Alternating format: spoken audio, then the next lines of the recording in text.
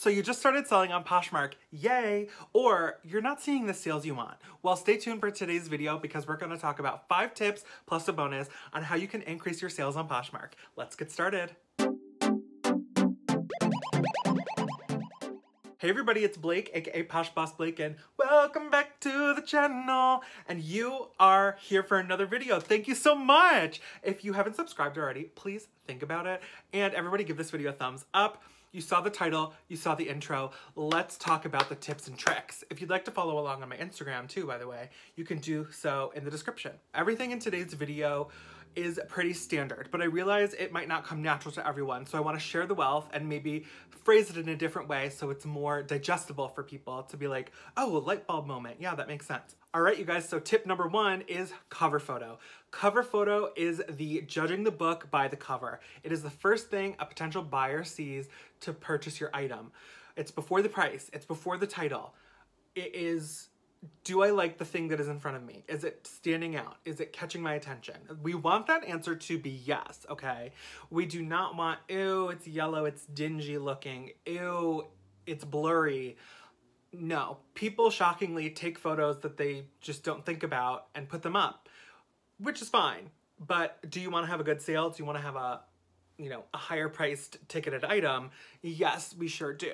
So a couple tips within the cover photo option are: take a clear, concise photo. Sounds silly, but make sure that you're not shaking. Set your phone down on something. Even just add stability to your phone or whatever you're using to take your picture. Nobody wants to see a blurry image of a pair of shoes or a t-shirt, We want crisp, clear photos. That said, lighting is key with the photos. If you do not have a light kit, what are you doing? I'm just kidding. You absolutely do not need a light kit. You don't need to spend money on fancy lighting to be able to sell on Poshmark. What you do need, and you most likely have access to because you're using your phone to sell, is editing features. There are editing tools, simple editing tools that you don't need to buy that come with your phone, and shockingly, they do work pretty well. If you want to level up and invest, maybe you want to invest in some social media technology and you can, double dip with the cost of that, I highly recommend, places like PickTapGo or CANVA and getting the pro version. It's really up to you. It's really up to your budget and whatever you want to invest in your reselling business. But ultimately, again, you do not need any of those paid features. You can use your phone to enhance your photos. Also, Poshmark did recently come out with an update in their app, and they have changed the editing features for their photos, which I find to be actually pretty decent in comparison to the MySpace filters that were previously there for the past, I don't know, however many years. All right, so tip number 2, let's talk about titles and descriptions. I recently talked about this on a YouTube live, an Instagram live, all sorts of these things, and I realize people don't necessarily know that you need to have good, descriptive, juicy keyword titles. When you put your listing up on Poshmark, Google sees that. And when people are searching just in Google on the internet, people can find your listings in the shop feature. It can show up as one of the first images in the results, depending on what they're looking for. That's good. That's called search engine optimization. So whatever is being put in your listing is being found by Google, picked up, and plastered on the internet so people can find it, which is great. But the only way it gets there is if you're super descriptive and you're thinking in the mindset of the buyer. So we're gonna do a quick example. I have this fun Starbucks cup. It is a grande size, right? We are not just gonna say, for a title, shiny cup. Okay, I can't, I do have to say this. People don't know. People just say that. So we want to say, we also do not want to say shiny Starbucks cup.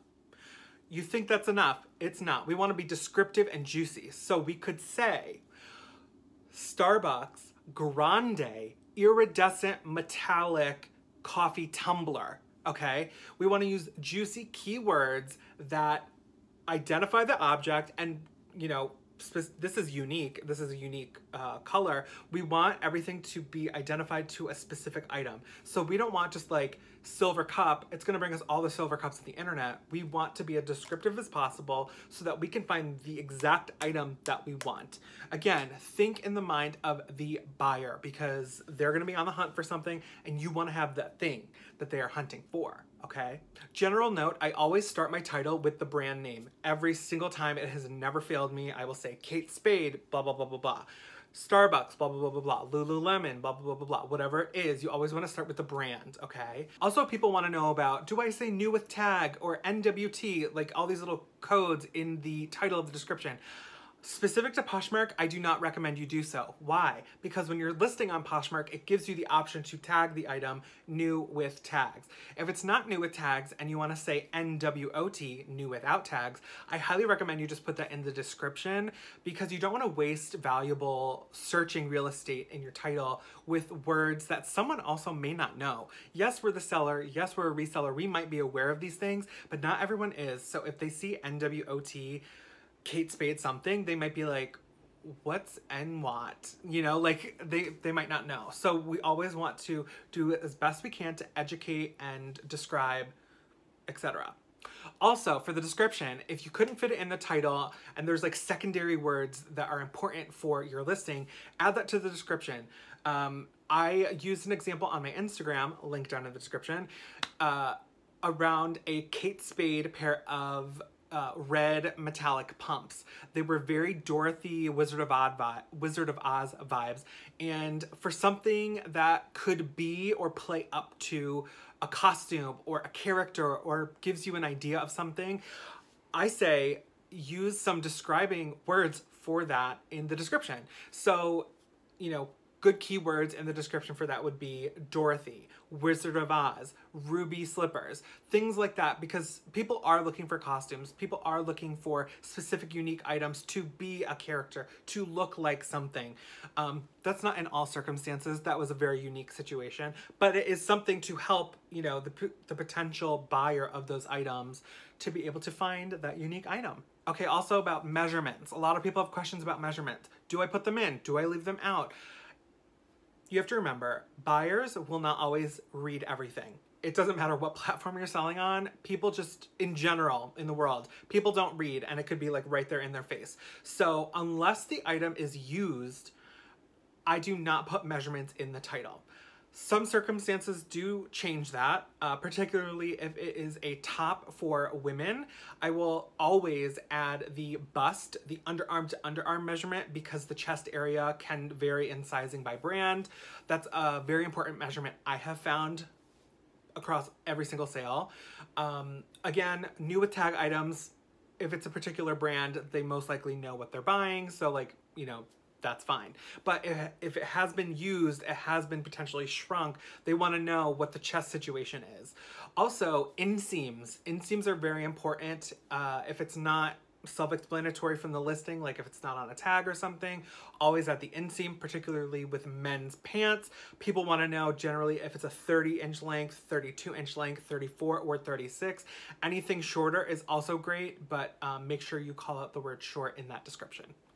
Okay, let's talk about pricing. Pricing is very important because we want to make sure that we are in reality when we are creating these prices. You might be laughing or, you know, think that's a shady comment, but people can often get in their feelings about what something is worth, and that is absolutely fine. Stand your ground with your pricing, absolutely. But also remember, the market will dictate what something will sell for. There are special circumstances. I have one of my own and I'll share that real quick. I have a special limited edition Louis Vuitton item, still in the box, still with the bag, all the ribbon, everything. I do not want to sell it below a certain price. And that is that. I'm going to keep it or it's going to sell at that price. And that is firm. That's a very specific special circumstance. It's a luxury item, it's a limited edition, it's rare, it could grow in value, etc.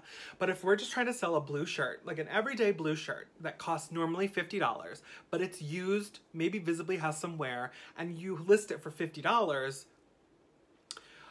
$40 even, let's talk about that, because we need to recognize that items lose value over time, and depending on the quality of the item, is it worth it to invest that much money in a used piece of clothing? Now, depending on the brand, yes, it absolutely is, especially if the material warrants it. But for the most part, you want to make sure you're pricing accordingly. Do some research within the market on Posh. See what recently sold. Look for the exact item that you're trying to sell and see what it's listed for, what it's sold for, by size, in general. Like, do your research to price accordingly, okay?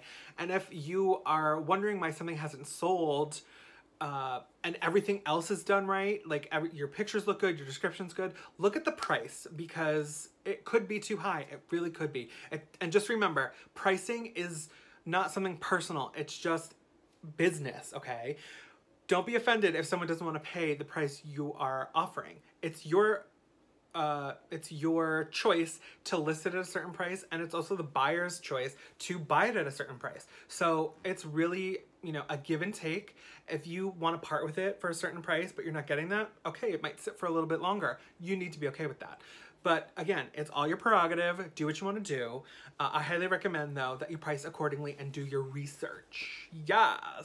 Okay, next up, sharing. And we won't spend too much time on this because it's pretty short of a topic. You want to be sharing your closet on Poshmark. Your closet. Sharing your closet makes you sales because you share your items and the visibility of your items to the larger Posh community. You might be thinking, do I share other people's closets?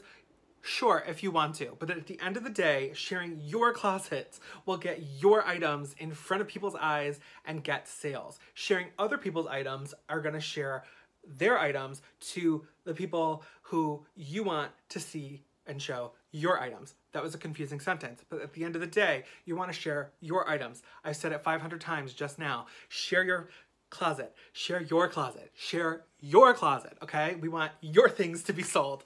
Focus on you. Real quick, people want to know about sharing tools. There's all sorts of ways to share if you have a larger closet and you don't have the time to do that. I share about 4 times a day. There are things like Simple Posher. There are sharing tools. You could hire a real person, a virtual assistant, a remote person. All options for you to explore, but at the end of the day, I share mine currently 4 times a day. Feel free to do it more or less. Totally up to you. Okay, so our 5th tip is new features. So just like any social media brand present day, the more you use the platform, you get better favorability. It helps with the algorithm, if you will. Poshmark is a selling marketplace, so it won't translate quite the same. But ultimately, if there's new features, or if there's new implementations within an app, use those features. It's been shown that when you use an app's new features, it will favor you in the algorithm, in the usage of it all. So it will highlight you a little bit more, showcase your stuff a little bit more. Is this a proven fact? Yes, it is. I'm sure it's under locks with some companies like Instagram and things. So just be mindful of that. Don't be like turned off by something. So like, for example, Poshmark stories. I personally do not love that feature. Maybe once it's worked out a little bit more, okay, fine. But I will share to my Posh stories from time to time, just so that the app knows I'm using everything it's got, okay? Okay, so all the things that we just talked about are phenomenal to help to increase your sales and have a speedier sale. That said, I want to talk about a 6th tip. It's a bonus tip. It's completely optional. But social media. Social media, present day, plays a huge part in resellers, whether it's Poshmark or anything else. People can thrive and have online businesses within social media platforms these days. And there's tools to be able to do that. That said, when you're selling on Poshmark, there's all sorts of ways to share your closet, share, like not only within the app, but also on Twitter, on Pinterest, on Facebook. Pinterest is huge, by the way. Don't count that out. Pinterest is a thriving website and social media site. I know YouTube, doing something like this is just as good as an Instagram or a TikTok even. Don't leave out TikTok. TikTok is taken off, so definitely try to incorporate that if you're trying to grow your social media presence. These things can also lead to sales. Definitely don't forget to plug yourself, plug your closet so people can find you and find, you know, things that they want to buy.